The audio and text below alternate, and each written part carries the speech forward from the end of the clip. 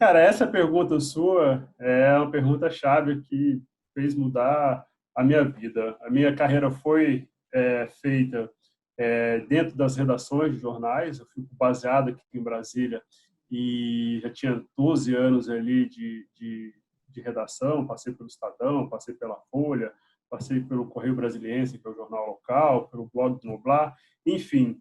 E chegou um momento que eu recebi o convite, então, para começar a fazer análise para o mercado financeiro. E foi um momento muito sensível, Gabriel, que foi um momento ali pós-impeachment. E o interessante é que ali, quando teve o processo de impeachment em 2015, começou-se a ter uma clara noção de que a política estava contaminando muito as decisões na área econômica. Então, a gente via que a política estava muito mais centrada na demanda aí dos clientes, e aí a gente fala dos investidores, do que a própria economia, porque dependia muito do que fosse acontecer na política para ter um cenário econômico. E quando a gente está falando do impeachment, é interessante porque a gente estava vivendo um governo de centro-esquerda, que tinha uma linha mestre na área de economia, com seus dogmas, com seus objetivos, e quando houve impeachment, a gente teve uma guinada ali por um certo neoliberalismo, que era o neoliberalismo do vice-presidente Michel Temer, que assumiu. Então, quando houve essa ruptura do centro-esquerda e um encaminhamento para o centro-direita, aí a gente está falando aqui nas questões também econômicas, os investidores ficaram loucos. E aí, como é que vai? Como é que não vai? O que vai ficar do outro governo? O que vai se sobrepor? Quais são as novas propostas do novo governo?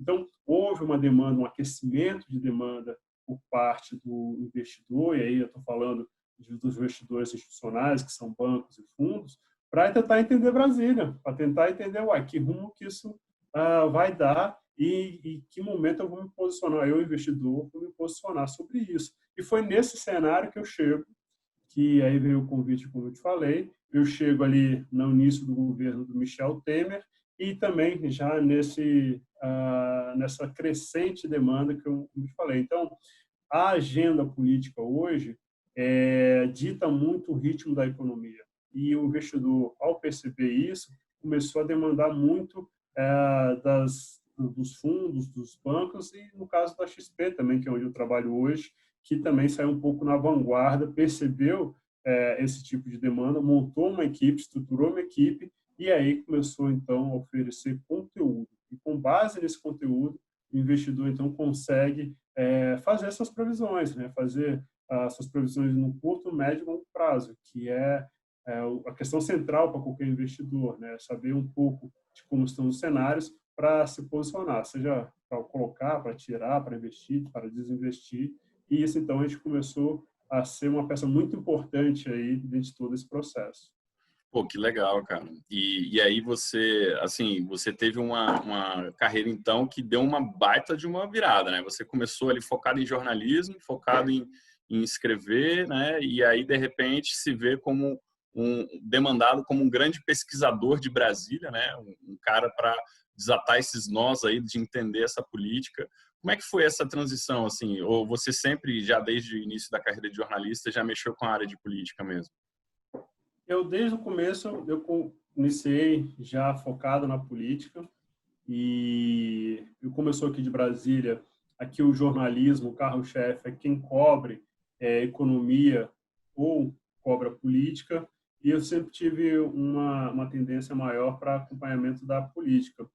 E nessa parte, Gabriel, foi interessante, porque apesar de eu ter saído ali da dinâmica do dia a dia da redação, que é um pouco de você conversar com as fontes, você conversar com os parlamentares do Congresso, conversar com integrantes do Executivo e, a partir daquilo, você fazer matéria, nessa questão do dia a dia não mudou muito.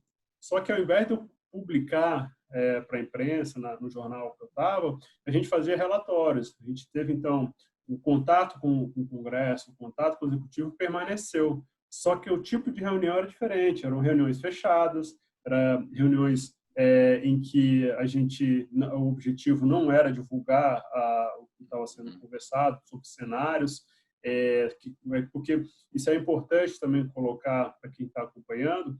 Nosso papel aqui no dia a dia é muito sentar com o deputado Gabriel e perguntar: deputado Gabriel, vem cá, hoje está na ordem do dia o tal da reforma tributária. Como é que está a sua cabeça sobre isso? O deputado Gabriel fala: eu acho que tem essa dificuldade, eu acho que é isso, eu acho que aquilo outro, e a partir daquilo ali, a gente depois senta com vários deputados, várias outras lideranças, e a gente faz um relatório, e a partir desse relatório, que eu chamo que é um pouco de mosaico, que a gente vai montando, a gente vai pegando as pecinhas, que a gente vai pegando aqui no Congresso, montando um mosaico de análise para oferecer ali depois para o cliente.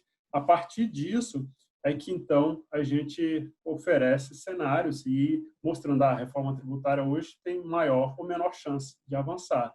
E essa dinâmica, então, nesse dia a dia de coletar essas informações, não mudou muito, só mudou a divulgação. Que eu me lembro que assim que eu cheguei na XP, um dos diretores sentou comigo e falou: Eric, eu sei que você tem um histórico aí dentro do jornalismo que era uma escola de dar furo. O que é dar furo no jornalismo? É você ter o breaking news, é você ter a informação na frente de todo mundo. Só que aqui na XP você não vai poder dar furo. Porque na XP o trabalho é outro. Aqui na XP você vai analisar os dados, as informações, e a partir disso a gente vai trabalhar então um conteúdo que vai ser oferecido para os clientes institucionais. Então, não teve assim uma ruptura muito grande, até porque eu continuei andando no Congresso, continuei tendo as conversas com as mesmas lideranças de antes, mas com objetivos diferentes.